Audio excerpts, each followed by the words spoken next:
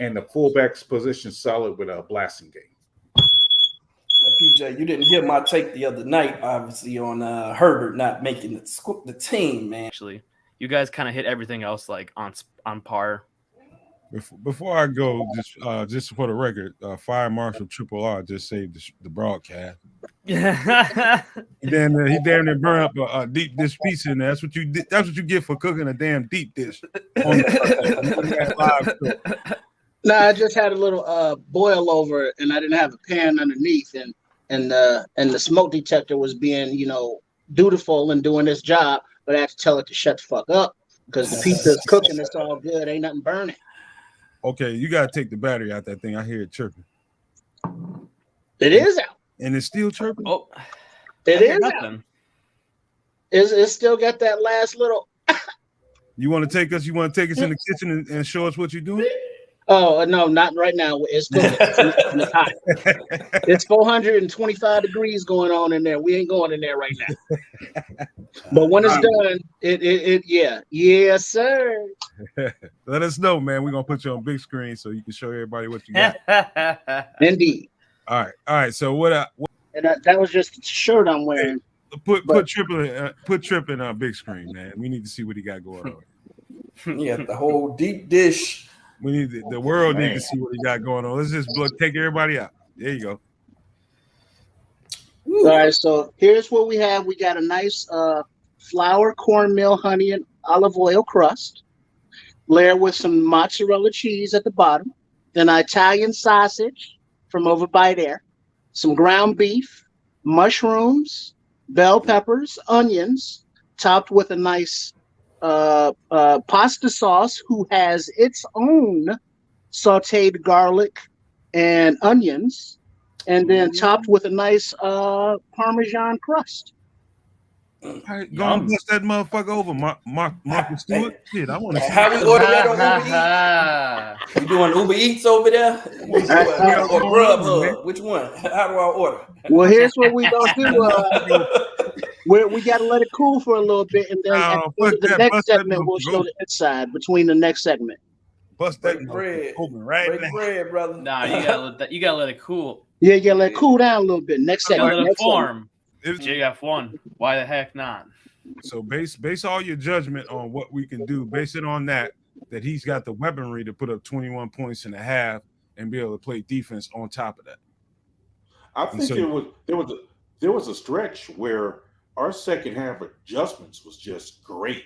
Great. I mean, man, great. Mm-hmm. We came out that second half and we shut teams down. They was getting only like field goals in the second half. So yeah, our second half adjustments was great.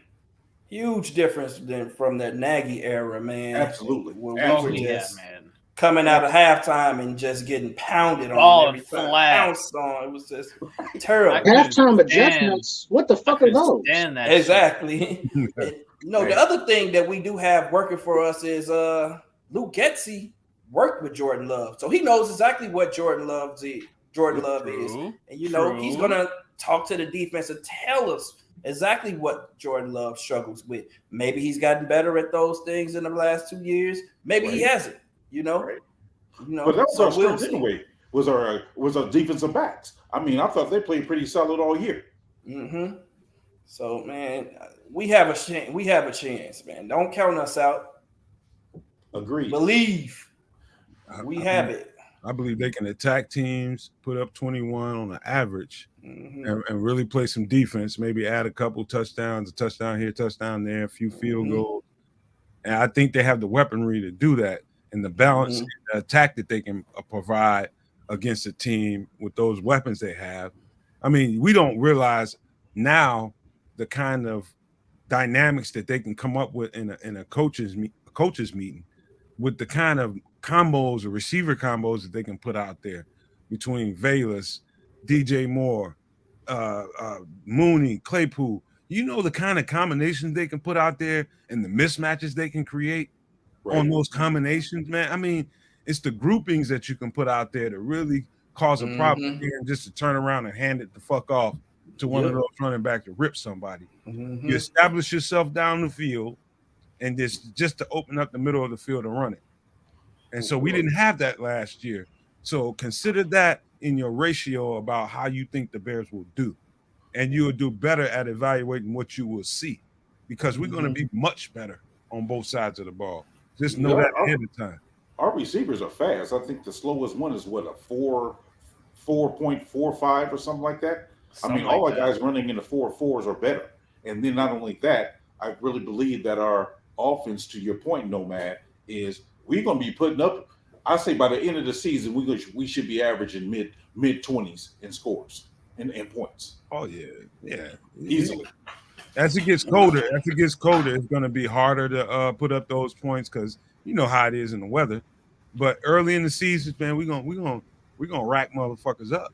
But with that speed, though, man, with all that speed we got from all the positions. Jets, sweeps, wide receivers, and then we still got Cole Kmet. That big boy over the middle. So young and athletic. Yeah. Yep. So I think I really expect us to really be putting up good points even by the end of the season. I agree. Even if we don't use that speed, teams have to respect that speed. Absolutely, because Justin's going to chuck it up. If he sees a guy get past you, he's going to chuck it up, and it's going to be accurate. It's going to be a touchdown. Yeah. Last year we struggled with that. Justin wants to take the top off. I'm gonna let you continue, but Triple R, stop eating. We're finna go right to you. We about to highlight you, but soon as Sam get done talking, go ahead, Sam. And we need to see this.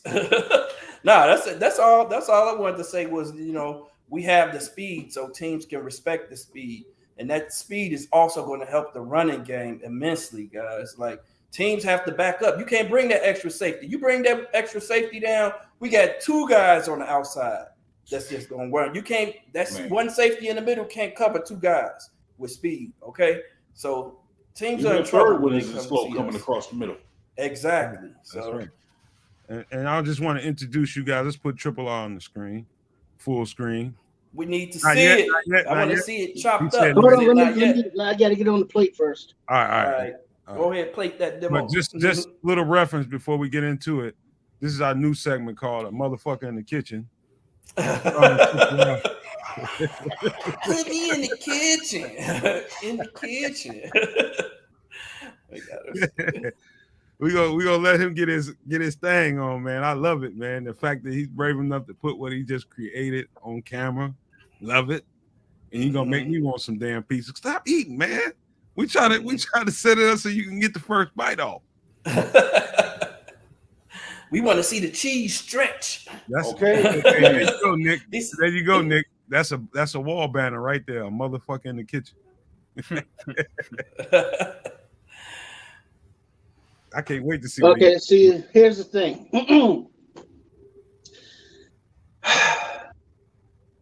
Not every time when you go to create a home creation does it turn out the way the picture is on the internet. Dang. But that don't mean that it don't taste the way the picture on the internet is supposed to taste. Preach.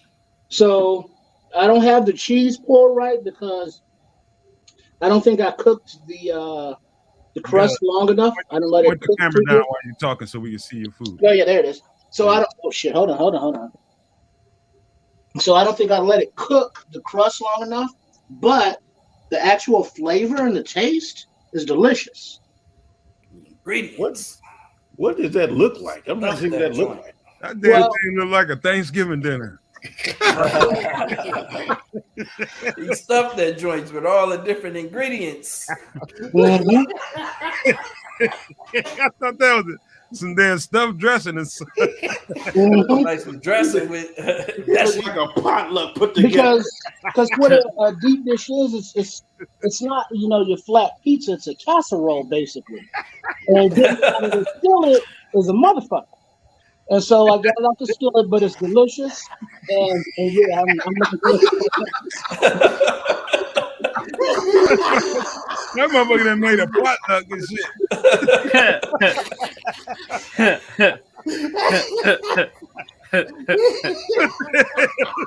Hey, show your plate again, Trip. That look like you already ate it, dog.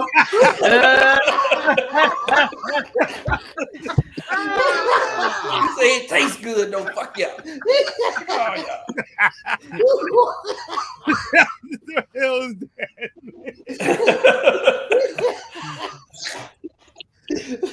Pizza potluck. Bear Truth said it's a huge pot pie. That's one of the Swanson joints. Man, that shit look like Thanksgiving in a blender or something. He poured on the plate.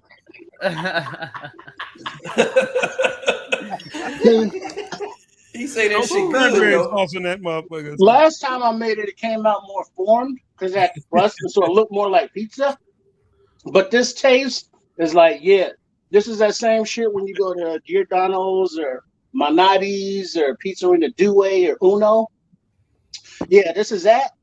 A few ingredients, put in the skillet. It ain't pretty, but guess what?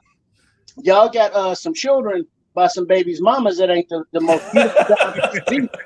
So you know how that goes. You ain't shit. Man. So, but it tastes good as the soy sauce. So yeah, it's all good. Google deep dish pizza skillet. Make that shit at the crib, son. That shit look like a damn disaster. Oh. He say But that it shit tastes like good. pizza. I mean, it has all the same flavor and the texture, and as pizza is just piled up. Damn, that's potluck, man. You just got everything from out of goddamn what's that Golden Corral line? Just mix it up.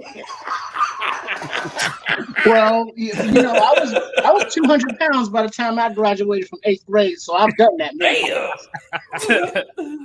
Damn. Hey, all bullshit aside, I bet you it tastes good, man. I know it tastes good. I believe it tastes good.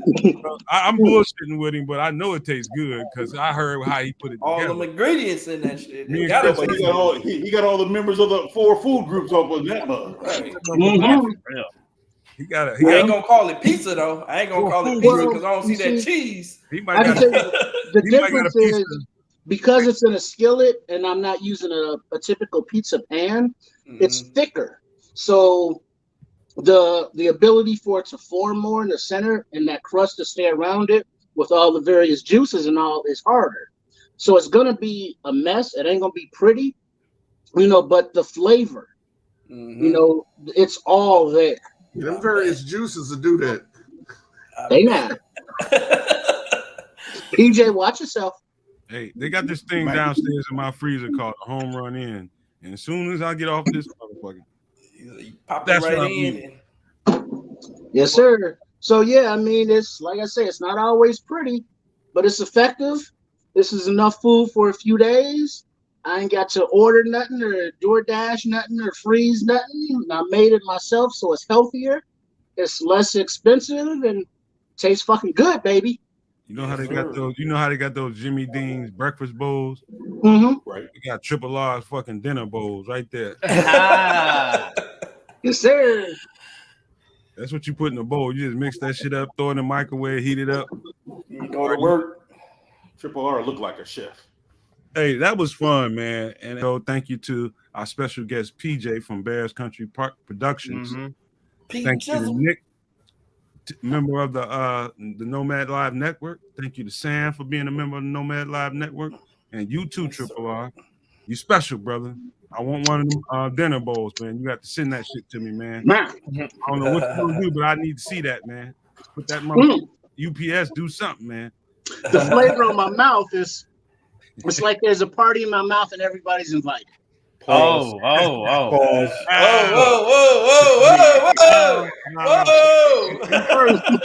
Time out. Man. And a very special thing.